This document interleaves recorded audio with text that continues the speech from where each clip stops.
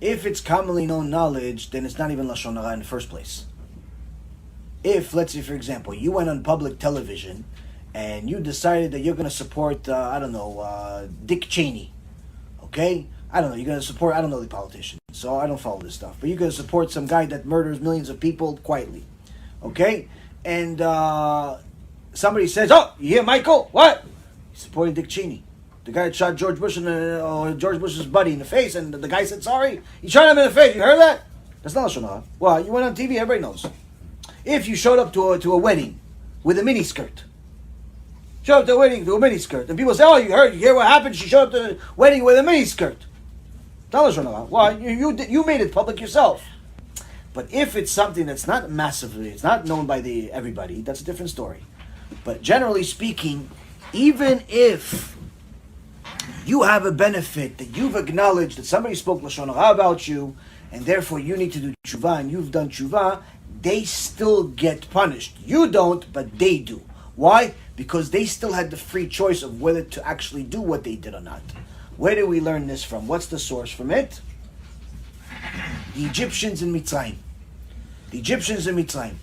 So, Chachamim ask, how come HaKadosh Baruch Hu punished the Egyptians in Mitzrayim?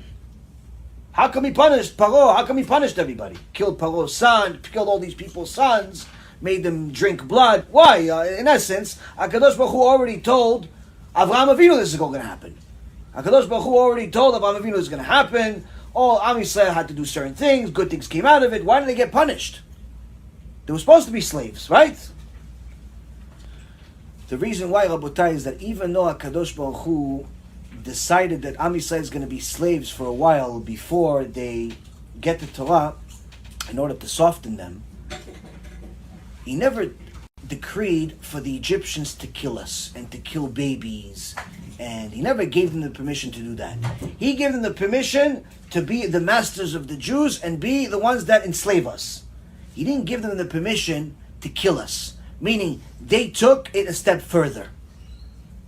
They took it a step further. For that, they got punished. Not for the enslavement. For the enslavement, they got permission.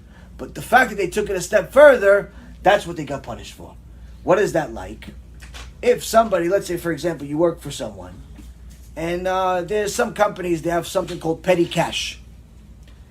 There's like a little box in the office, and they put a bunch of cash in it, that anybody needs this cash for different things that are office-related, company-related. You could take some money out of there, and every so often the manager counts the money, okay, what's missing, what's not, and so on and so forth.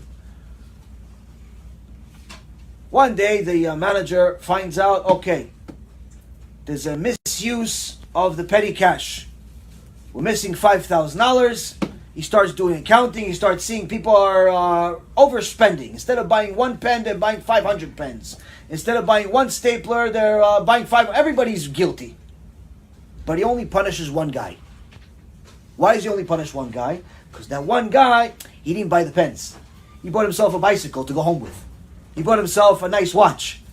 So everybody overspent the company funds. They're all guilty.